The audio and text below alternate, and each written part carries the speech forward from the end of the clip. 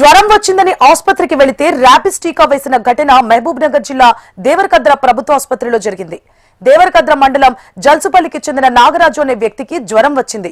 5 రోజుల క్రితం దేవరకద్ర ఆసుపత్రికి చూపించుకోవడానికి వెళ్లాడు. డాక్టర్ శరత్ చంద్ర నాగరాజును పరిశీలించి ప్రతిరోజు ఇంజెక్షన్లు వేసుకోవాలని చెప్పి చీటీపై రాసిచ్చాడు. ఏఎన్ఎం విజయకుమారి అతనికి ర్యాబిస్ టీకా వేసింది. పక్కనే ఉన్న మరో నర్స్ అతనికి జ్వరం వచ్చిందని, కుక్క కాటుకు సంబంధించిన వ్యక్తి కాదని చెప్పింది. ర్యాబిస్ టీకా వేసిందని డాక్టర్ శరత్ చంద్ర దగ్గరికి వెళ్లి ఫిర్యాదు చేయగా పొరపాటున జరిగిందని, ఏం కాదులే అంటూ అతనిని పంపించి వేశారు. ర్యాబిస్ టీకా వేయడం వల్ల ఏమైనా జరుగుతుందేమో అంటూ కుటుంబ సభ్యులు ఆందోళన వ్యక్తం చేస్తున్నారు.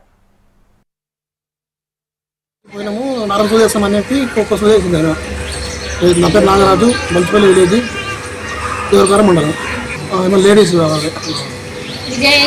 విజయ్ కుమార్ ఆయన సిస్టర్. నాకు 5 రోజులు అయింది. 5 రోజుల నుంచి పోయినా నారమ్స్ గ్లూకోజ్ పెట్టింది. గ్లూకోజ్ తర్వాత మరి నిన్న గ్లూకోజ్ అడిగినాం.